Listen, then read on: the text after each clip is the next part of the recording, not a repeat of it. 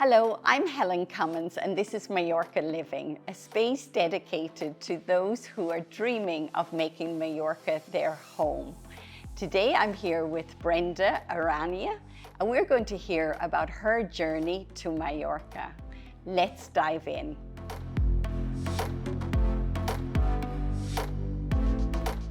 Brenda, thank you for being here with us. Thank you so much for having me. Yes. It's been So amazing. we met a long time ago, and it was at a digital marketing workshop that I was doing.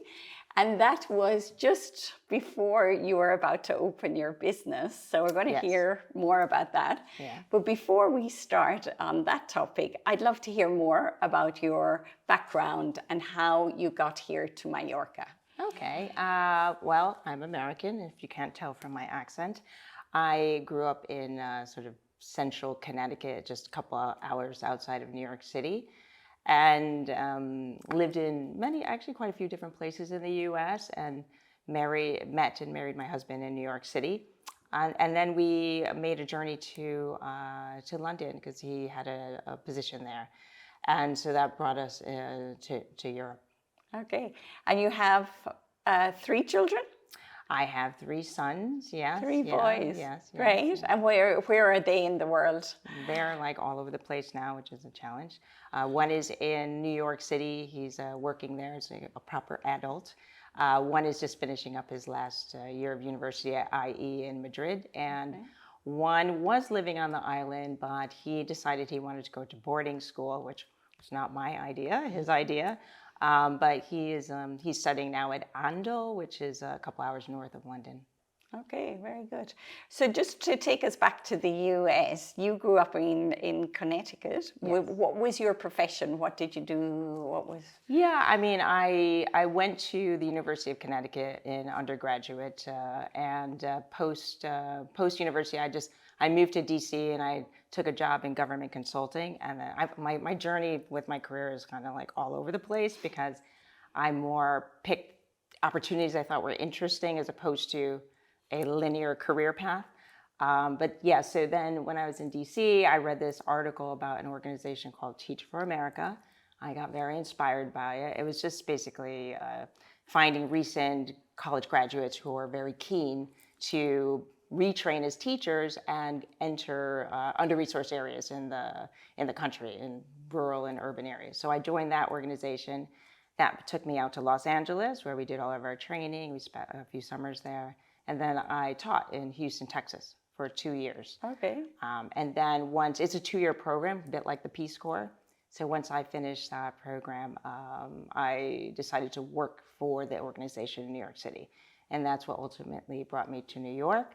And then when doing that, I decided I would apply for my MBA, and I got that through Columbia University. And then I switched entirely into sort of financial services, new product development. Okay, and where did you meet your husband along that journey? Oh gosh, that's an interesting story, but we won't go into that. But I met him just basically through friends in New York. Yes, so yeah, we met each other at a party that he was hosting. It was a very kind of a funny story, but he was an analyst, and he didn't know they worked so much as analysts, or at least they did back in the 1990s. So they didn't know a lot of people. So he basically told his friend, "I'll pay you 20 euros for every woman you bring to my party." Oh my God. And I was one of the women. Isn't that funny? So I didn't know about this, Helen. I was not part of that deal. But that's how I met my husband. It was a crazy story. Well, I've met your husband. He's quite an entertaining guy, right? He is. He loves to tell that story. He tells it a little differently than I do, but I'm sure. Yeah, we like, I paid for her. That's horrible. Very good. So you moved at some point then from New York to London. And continued working, at that point, were you raising a family or did you continue? Yeah, so then, on our honeymoon, my husband broke it to me that we were probably moving to the UK, to London. And at that minute, I had just started my job because I had just finished my degree. Just started a job at American Express, so I was not that keen, but then we did it, and right away we started our family. And I spent a good like 20 years smothering with my kids. So Very good. In London. Yeah. So what brought you to Mallorca? So we always travel. We traveled quite a lot. My husband's from India. As you know, I'm from the U.S. And so we didn't have a specific place all the time. So we would go to lots of different places. And we just found ourselves continuously coming back to Mallorca. And just on holidays, like for family on holidays. And we just really enjoyed it. It had just a good mixture of things. Like it had, interesting people. It had the town of Palma, which we really liked, but also we were out in the countryside. And obviously the nature part of it. And it was just an amazing little family retreat to have. Did you keep going back to the same place, or did you explore the island? Yeah, so we, on one of our holidays, we just said, hey, why don't we go just for fun, look at a few places, just as a sidebar activity. And then, 30 properties later, really? Our estate agent was like, oh God, we got us in the car, she wouldn't let us out. And then we saw so many places, and we were about to kind of give up because we hadn't really found the place that. And did you know what you were looking for at that point? Not really. I mean, I didn't really know, but then I knew it when I saw it. So interesting. So the place that we ended up buying, literally all we did was drive through the gateway, and I was like, "This is it." And my husband's like, "Don't say a word." I was like, "Don't say anything." And I don't know. It just spoke to me. It was like a mixture of, it was very private, it was very beautiful, it was tranquil, and I hadn't even seen the house. It was not to do with the house, it was the land. But isn't it incredible? It's something in your intuition or sixth sense that you just know. Because it was interesting when we bought here, my husband had exactly the same. Literally coming up the drive was like, this is it. And I was like, we haven't even seen the house yet. So he's intuitive, right? So he just felt it was the right place. Yeah. That's how I felt. Wow. So it was, and then of course And it's a finca. It's I've been in your house. It's absolutely beautiful because you've developed it a lot, and we will talk about that. But it's proximity-wise, it's very close to the town of Santa Maria. Yes, and Alaro. And sort of in between. You're in between. Yeah, you're kind of halfway between. Which town do you gravitate more to? Definitely Alaro. I guess it's because it has quite a significant sort of, I don't want to say expat, but international population of people living there, right? Okay. People have relocated there. So a lot of interesting people live around. They do. Alaro. They do. It's brought in a lot. I think originally it was quite yachty, boat oriented, but I think now it's drawing a lot of different people. Yes. Yeah. And do you go to the market on a Saturday in Alaro? Definitely. It's every week? Well, I play a lot of tennis, so it's a little bit, I do tennis on Saturday mornings, but I usually try and do the tennis, then go to the market after. But we do, when my husband's here, because he likes to go, we usually do it. Yeah. How have you when you found the house, did you have to do a lot of work with it, or? No, and that's because, it just so happened that the house was pretty new. And the style of it I really like, because it was sort of a mixture between being new and old, if that makes any sense. Yeah, it's kind of contemporary, but with a lot of soul, right? With like a more traditional edge to it. And the couple that built the house, she was an artist and he was a designer. So they had a good sense, or maybe that's why when I came through the drive, I liked it right away. I'm not sure, but so we didn't have to do too much in terms of we put in a tennis court because we're sort of a tennis family. We did a little bit just to make it more like suitable for us, because they were just a couple. We were a family of 5. So and did your boys, when they moved here, originally did you use it just as a holiday home, or did you move directly? Yeah, originally it was just a retreat for the family when we had off time. In the UK you get quite a lot because you have the summers off and that kind of thing. But then in 2018 our sort of life circumstances changed. 2 of our children were kind of on their way out. One was in boarding, one was at university, and so our youngest was 10, so we said, let's make a life change, let's just do it. And so we had already had the house, it was easy, and so we just relocated. You relocated, and from a business perspective, that was possible? Well, my husband, the reason we were able to leave London is he decided to leave his job. And so, and originally, at first he was just tinkering around, but eventually he started up a new fund. His own business. His own business, yeah. Okay. And your son, your youngest son, did he go to school here locally? He did. Not too far from here. He was at Queen's College. Queen's College. And how was that experience? It was great. I mean, having a very small school was interesting because you really get to know the other children. But I think that the trickiest part was it was in the middle of COVID. So he was at the school happily for a couple of years, and then COVID hit, and here they were very, very strict. I mean, the kids were wearing masks for 2 years, and no activities, no sports, and I think he got fed up with that, and just disillusioned by and he came to me and said, "Can I please go to boarding school?" And I'm like, "Well, I never thought he'd say that," but anyway, he was serious about it. So and what age was he when he went to boarding school? He was 13. 13. Wow. So he comes home for his holidays. Yeah, he just left yesterday. He's here I think he feels that Mallorca is his home. His home. Yeah. Great. And do you feel Mallorca is your home? Absolutely. Why? I love Mallorca. I mean, I just feel like I've just integrated so easily. It was crazy easy. I've made friends like immediately, and I feel like some of those people are like my best friends ever. I play tennis, so there's a lot of like tennis groups and things that easily. Do you speak Spanish? I speak some Spanish. Yeah. I'm always learning, trying to learn. So I'm endlessly. But with my business, I have to speak quite a lot of Spanish, and of course, I hired a lot of people who speak Spanish. Great. So that's a good opener to what we want to talk about next is your business. Yes. So tell me about the journey to setting up Simply Son Braho. Yeah. Okay. Well, it all started during the COVID quarantine because I was, we all had a lot of time, and it really felt like the world was ending. Really. So I started to think a lot about, okay, how could I make my family healthier? How can we be healthier? How can we be more sustainable so we're more respectful of the planet and all of our actions and how it impacts the larger world? So I started doing a lot of research, and funnily enough, I came across your sustainability edition of your magazine, and that was one thing that helped to spark me to start doing, just looking into what are the things, what can we do? So if you had what's happening on the island, what's happening on the island, but what can we do? What could we do to make ourselves healthier, to make sure that in case we come across a virus or whatever, that we would be able to handle it? But in addition to that, how can we help make the world a cleaner, healthier place, with all that's going on with the environment. So when I started doing all this research, I discovered that the number one thing really that we can all do, that each of us can do, certainly as a family, is to change the way we eat. Changing the way we eat makes a giant difference, bigger difference than almost anything else that you can do. What does that mean? It means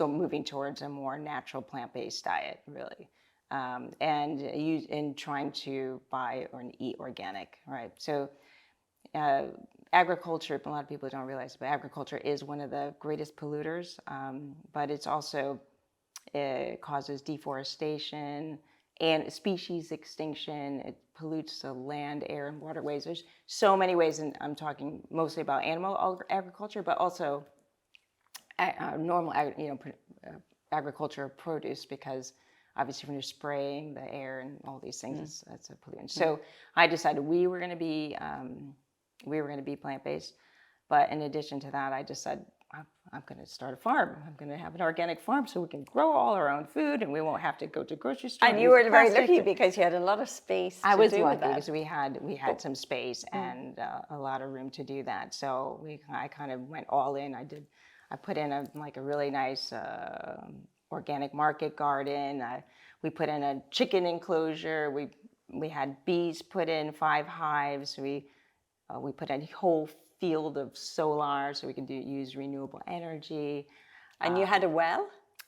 We did have a well, but we had to install very large water tanks because if anything happens to your well, everything dies on your property. So you needed to be able to store water, and it has happened quite a few times. So good thing you needed to use that storage of water. Absolutely, because obviously things die within like days. So, Brenda, I'm fascinated. How do you learn about all of that? Because I'm somebody, I would love to do that.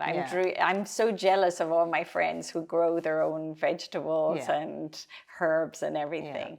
So if you're a complete beginner, which I think you were more or less, where do you start? I mean, I guess, it was funny because I was reading recently or watching the podcast of Diary of a CEO, and they interviewed Richard Branson from Virgin.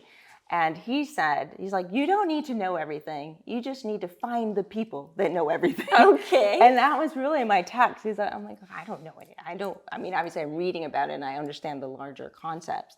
So I just went about like, how do I find the best permaculture person? So I was lucky that I had a gardener who was very into kind of very natural ways of doing things. So he's quite connected around the island.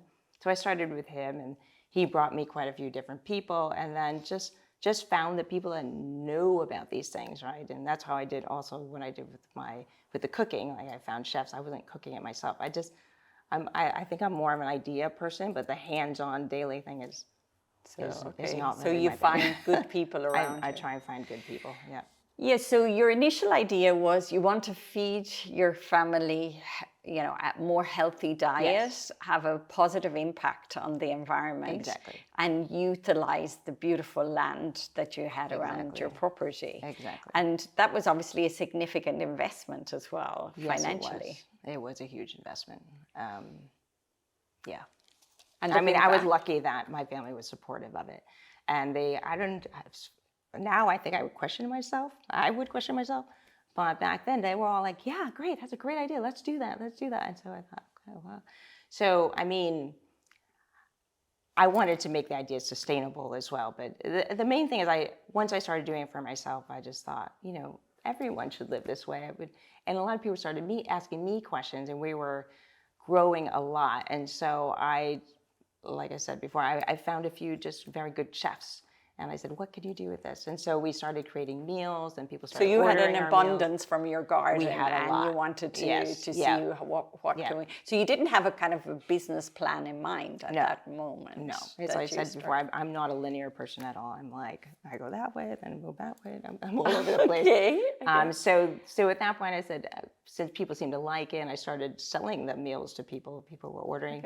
Anna Ivanovich, who I think lives not too far away, she ordered from me at one point. So we started to make these meals, people were ordering, and then eventually my husband's like, look, you can't do this out of the house, it's crazy, there's people showing up all the time, we got chefs in the kitchen all the time. And so he said, find a place somewhere else to do this. And so then that was really the business idea. So that gave birth to Simply Son Braho. To starting it as a real business. So you found a location in Santa Catalina. Santa Catalina. And the idea was basically from farm to fork, right? Yes. And we wanted to use organic produce. We wanted to source a lot of it from our property, but also use a lot of local suppliers as well. So you're living daily yourselves from what you produce on the farm? Well, at that point, yes, we were doing more. But now, because obviously the business is growing and agriculture is very difficult to manage exactly right, and we do things in a very natural way, not in a kind of an industrial way. So we found a lot of good suppliers too, and we eat a lot of the food that the business is providing. Okay. So that's mostly what we're eating now. So you bought the premises in Santa Catalina, I think, and then you started the renovation. Tell me about that, because I know you went through... That's when I met you. But I also know you went through a difficult time. Yeah. It wasn't an easy process, right? Not at all. To bring it to life. Yes. Tell us why. What were the issues that you ran into? Nobody told me that rule here on the island, which everybody seems to know, that I didn't know at the time, was that everything costs twice as much as you think it's going to cost, or they're estimating, and it will take you twice as long. So that, of course, happened. So that's good advice to anybody thinking of doing a project on the island. Whenever they tell you again, double, it's going to cost you double and take twice as long as you estimate. Okay, it's a good place to start. Exactly. But I mean, we were very inspired by the location. It was previously an interior design location, and it's just really beautiful. So I thought I could create something very interesting here, even though I was just a food business. But during that process, we've had quite a few hiccups because, licensing, planning, and the way it works in Mallorca is when you start your business, you can start and apply for all your licenses, and they give you 2 years to acquire licenses. So you're legally allowed to begin your business before you technically get. And your architect or your engineer is meant to be guaranteeing that you will get this license. So that's how we started. But somehow my engineer kind of went AWOL, and he just disappeared. And the council was sending him tons and tons of letters saying, we need this documentation, we need this information, we need these things. And he never responded to them. And I didn't know because he was getting all the communication directly. And then eventually we get this notice that went to my lawyer saying, you're going to have to vacate the premises. And so this is right when my business was starting to pick up, and I was creating like good energy, and I was so happy how things were going, and I had a good team. And I thought, oh my God, no. And so they shut us down. Oh my God. They shut us down. So I had to go and find that engineer and say, what happened? And you have no idea when it's going to reopen, because they tell you, could be a week, could be 3 months. And then the police come, they say, oh, normally it's taking at least 6 months. These kinds of things take 6 months. And I'm thinking, oh my gosh. But it wasn't anything we did wrong. It was more that the paperwork wasn't submitted. Right. And can I ask you, was it that there was more regulations or requirements because it was a food business? Was that part of the issue, or was it the actual premises itself? What was the...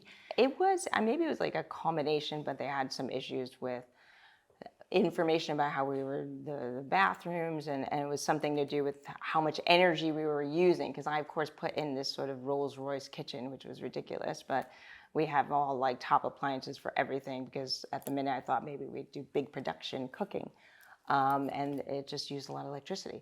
And so I think there was a pushback on that we were using too much electricity. So that was one of the issues. So we just basically cut back on some of our, but it was all things that I couldn't resolve until you go through this legal process. And so, what happened? How long did it actually take then? Well, it took like 3 months for that. 3 months. And then previously. But so it wasn't 6 months, and it wasn't a month. It was 3 months, and you had to close at that moment. We had and to all close. your team, you continued to pay.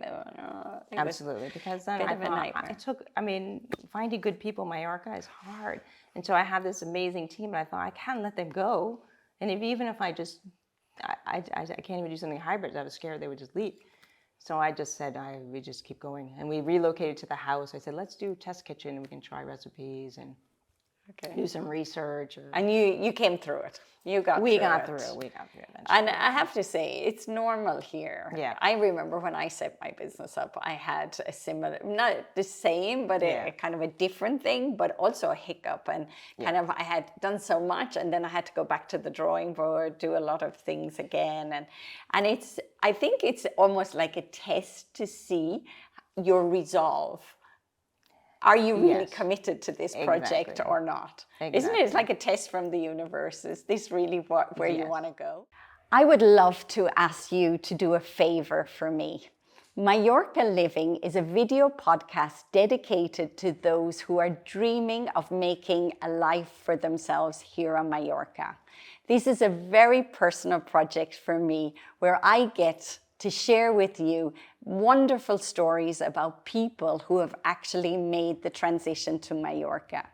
I would love to ask you to subscribe to this channel, because it helps the channel grow, and it makes sure that we continue to grow and prosper and reach as many people as possible who are interested in making Mallorca their home.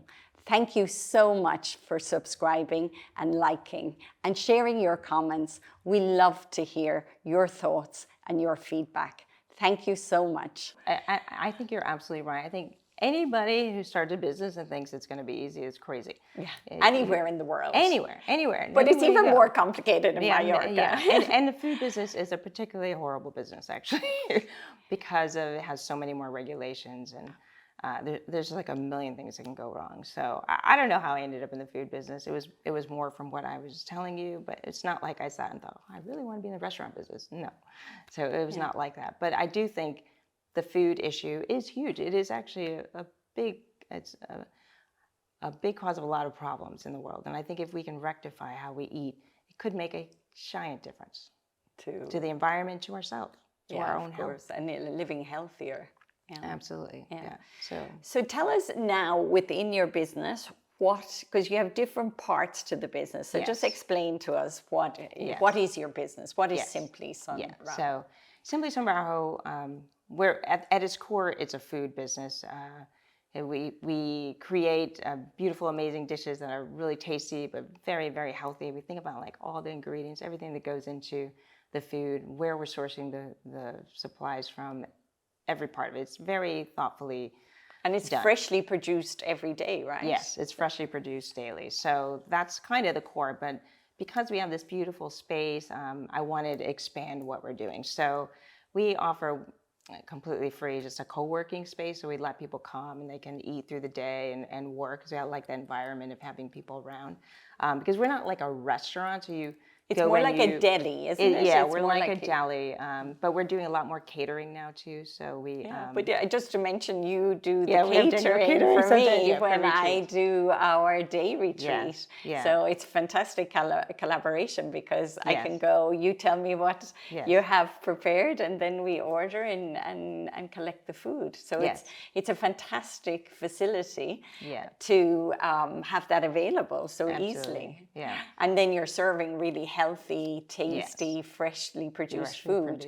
Because of course, if you're doing something in your home, you wouldn't be allowed to produce food and sell it, let's call it. So you're obliged really to buy food in from an official license. Yes, of course. As an official business, you have to do that. So we're doing, the catering is becoming it's just growing a lot now. We're getting a lot of people just ordering from us for their yachts, for their villas, for their dinner parties, and for retreats, a lot of retreats as well. But then in addition to that, now I've started forming a lot of collaborations and partnerships with artists around the island, and I'm doing it through the Beehive Collective. I love these. They're wonderful. They are amazing. We wrote an article about them many years ago. I think more or less around the 2020s, 21. You should interview them.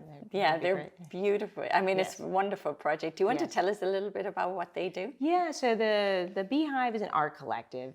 They have relationships with many artists all around the island, all living on the island. Not necessarily from Mallorca, but living here now and inspired here. So I know Katrin Kirk, who's one of the main ladies, two ladies. I know her very well. And in fact, her house, the house I live in used to be her house. So I've had a relationship with her for a while. And so when I came up with the idea of forming these collaborations and partnerships, I went to her, and I also have a very good friend who's a designer. And so she's putting out her homewares and that kind of thing. So I went to my friend as well. And then through Katrin and the Beehive, they've brought in sort of vintage furniture. We have sculpture artists. We've got fine artists. Now we're starting to do slow fashion, which is very cool. So we're selling kind of like everything, coffee table books. So you're almost like, and you do all of this within the space. Within the space, because we have a really big space. Yeah, you have. So it's good, and it's terrific for the customers, because the space is changing all the time. Every time you come in, it's different. It's got different art. It's got different sculptures. It's got different. And do you do events around that? You're the host events yourself? We do it now every 2-3 months. We change over the entire shop, which is a lot of work for the ladies. But then we always have an event that goes with this. So we'll have an opening. I think I sent you the invitation last time.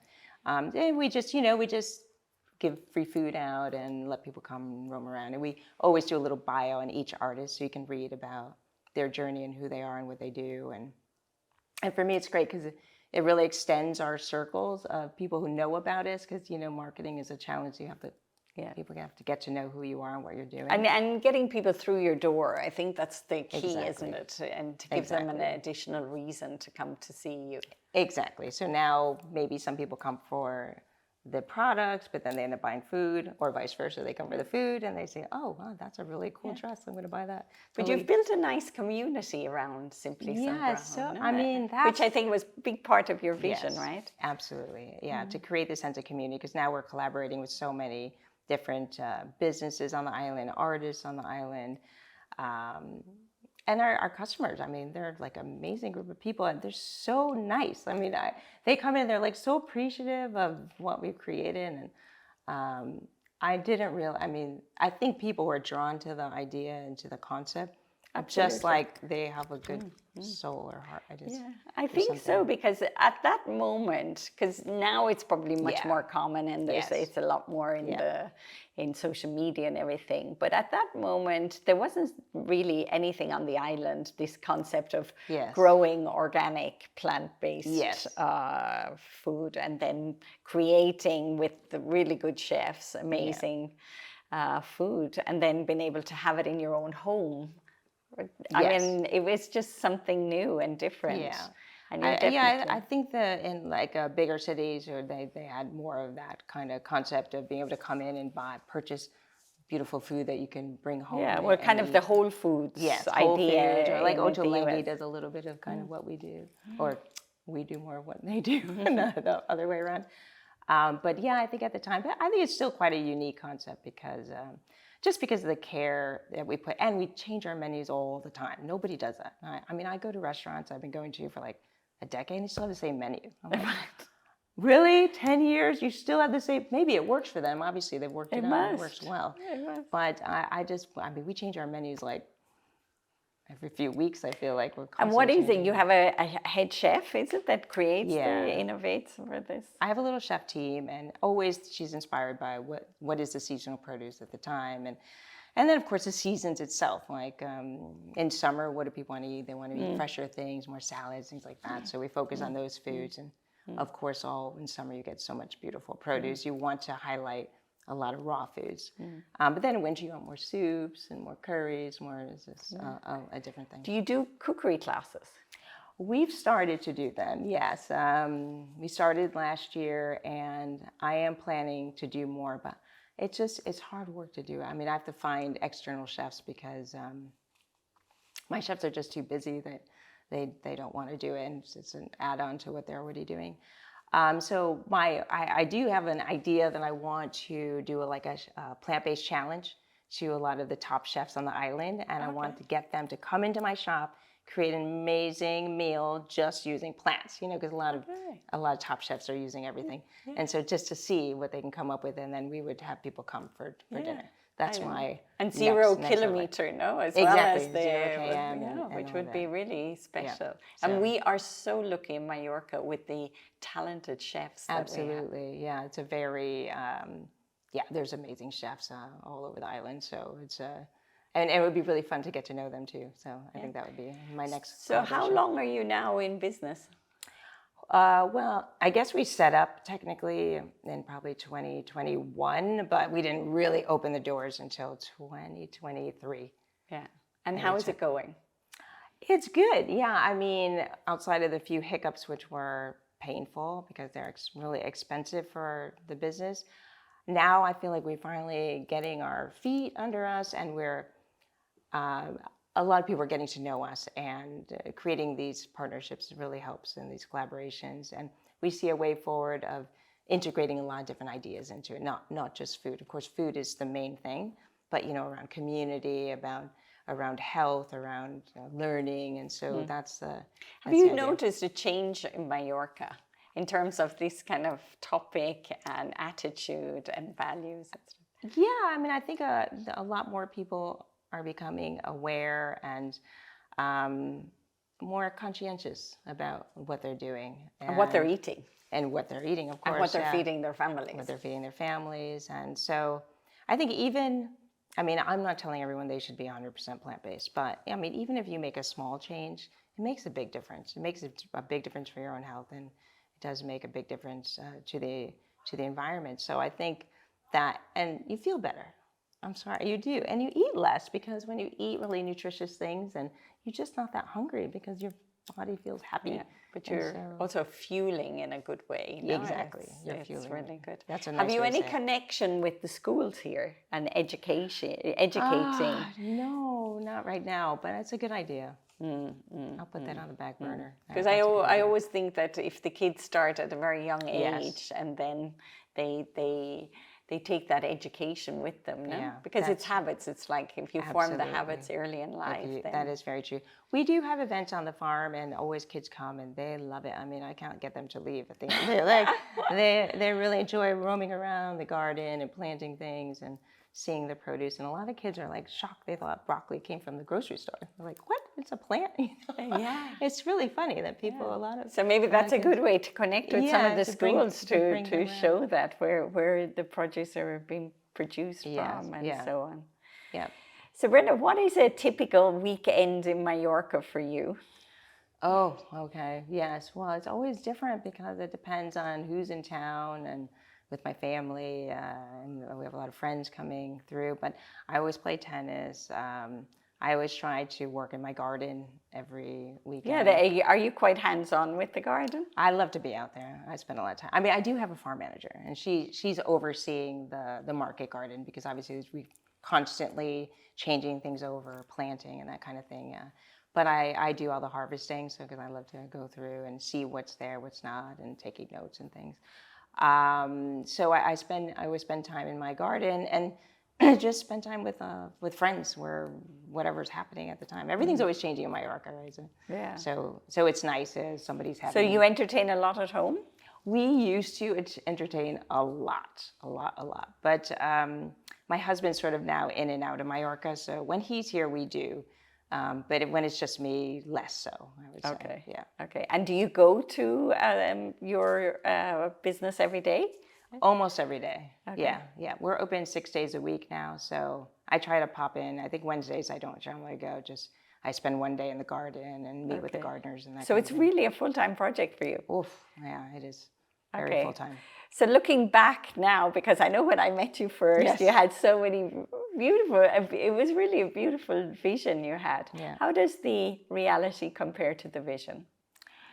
I have to say, I love doing this. I just love it. I mean, I don't know if it's exactly the vision, but directionally, it's quite close to what I wanted to do, which was, to teach people about food, provide an easy way for them to eat differently, to create community, all these things. It may be not exactly the way I thought it would be, but they're all coming to life. And I just love, I love my team. I have an amazing, and by the way, they're all women. My farm manager's a woman, all my chefs are women. So I have an all-girl gang team. So that's been terrific. And just my customers, I've just met so many people. And so there's a whole richness of life, so isn't much there? I mean, now my husband's like, I'm never going to be able to extricate Brenda from my arms. She's never going to leave him. I'll be holding on to the trees. I will always be here, I think. And I always say that too. In the 22 years that I have ABC Mallorca, you may not get rich here on the island financially, but there's a richness of life, which I would never exchange. And very unique. I don't think a lot of places offer that, actually. I think it's quite a unique, having lived in different places, I do think it's a unique thing. And do you feel rewarded and fulfilled by the contribution you're making to Mallorca? I do. I used to work a lot in the deli, so I would be behind the counter, but now I'm kind of less so because I'm trying to now really push marketing and other things. But I do every once in a while I'll go and work. And it's funny because people come to me and they're like, I'm driving all the way from Campos every single day to eat your food. And as soon as they find out I'm the one who started it, I'm the founder, they've got like a million questions. They want to talk to me. And I'm just like, wow, I mean, people really resonate and really respond to it. So it makes me feel really good and that they recognize the specialness of what we're trying to because it's not offer. Easy what you're doing. No, it's bonkers. I mean, no one would do it. It's bonkers. I'm probably the only person who would do something. It's not a good business idea at all. But it's it is something I do feel like it's really making a difference, and that for me that's the most important thing. And the business is starting to pay for itself, and I think it's on the right track. Yeah. I feel good about that. That's a big worry. Is there anything about the business that you wish you had known? Yes, so many things. Share some things. I think I would have been a little more careful about the amount of, there's no other way to say it, money that I put into the business. I've put in a crazy amount that I don't know if we'll ever get back. But I don't know. I'm just looking at the bigger picture and saying that it is a special, beautiful place that we created. And I use so many different energies and people as part of it. So I feel like it's really, it's been a real group project with all the inputs. And I think it's very special. It's a special place. Do you think it's one of the biggest things one of the best things you've done in your life in terms of your legacy? Oh, legacy. I've maybe, of course, I've raised my sons and my family. That's important to me, but I feel quite proud of it. For me, I kind of, tick that box where I did something where I feel like it was a special thing. So yes, in that way. Of course, I would think now next thing or whatever I would do after this, but I'm not there yet, and we still have a lot of work to do in the business. And I hope that it's a part of the Mallorca world for a long time. And it inspires others. Yeah. I think that's really important. Yes, absolutely. And working in collaboration with a lot of other people on the island has been amazing, and people in the food industry. So yeah, that's been fun. What about moving here and living here? What kind of insights could you give to those who are dreaming to move here but haven't quite taken the step yet? Yes.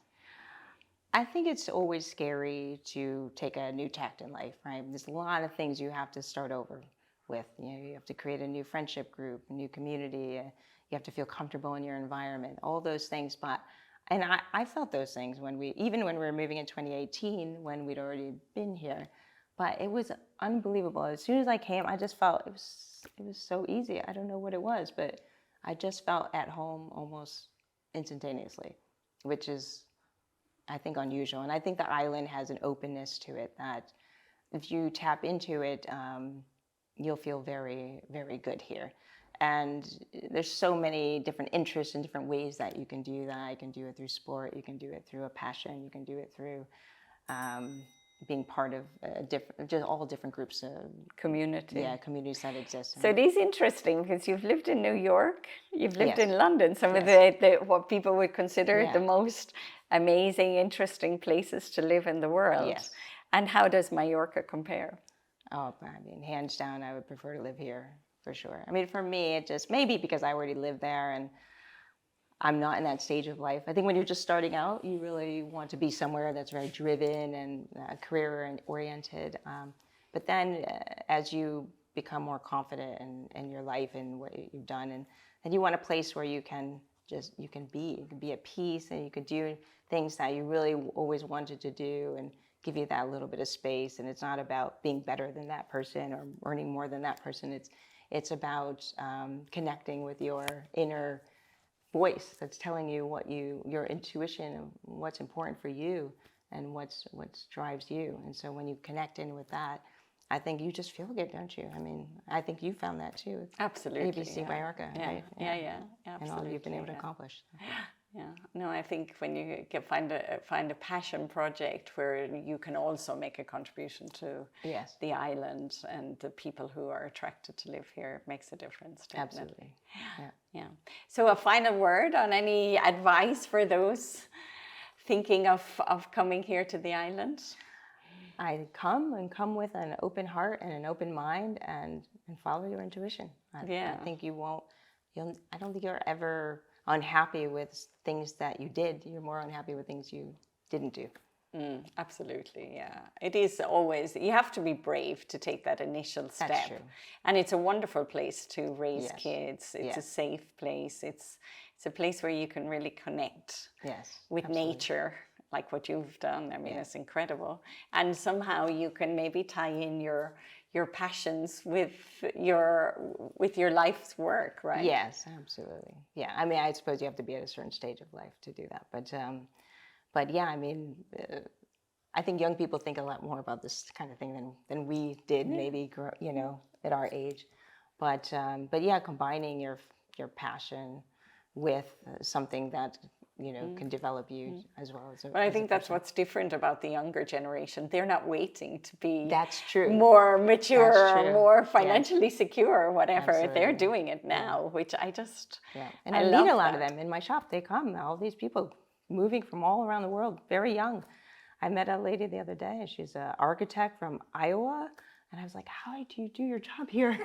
And she worked out a way that she's contracting with her company, and now she's taking on other things. And I was like, that's super brave. I mean, she was like 23 or something. Yeah. We had Naomi, who you know also. Oh, yes, and she's also like a lawyer in the US and basing herself here in the north of the island. So it's possible. You can make it happen if you really want to.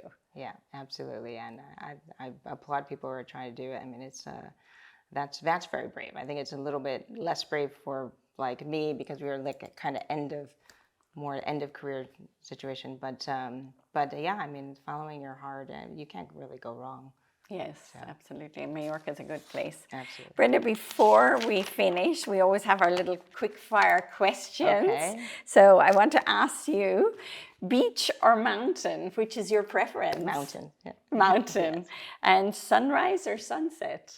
Sunrise. Sunrise. You're a morning person. And summer heat or winter calm?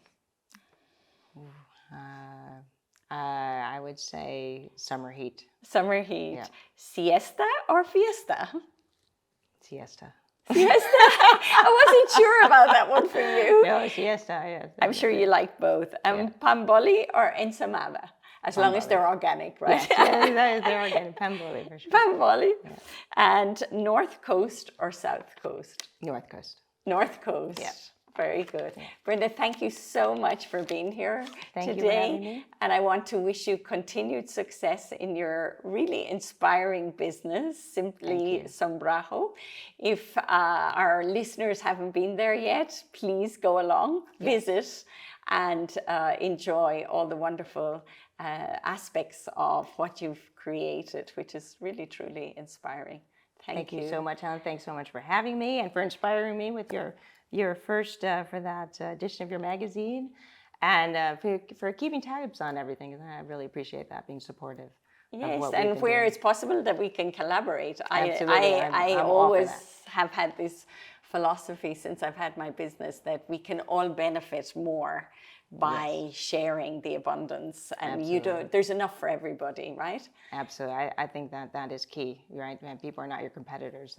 We all help each other be better. So. Yes, absolutely. And we make the island better as a result, which is beautiful. Yes. So thank you so much, Brenda. I look forward to seeing future growth and projects as you continue to grow and flourish and prosper on the island. Thank you. Thank you very much. If you're dreaming of making Mallorca your home, let me invite you to use our property buyer's agency service. With our service and our help, we can guide you to the right location that fits with your lifestyle. We'll also help you find the perfect home that fits with your dream. Contact us today for an online consultation or book an appointment and come and see us in Palma. We would love to help you make your transition to Mallorca a reality.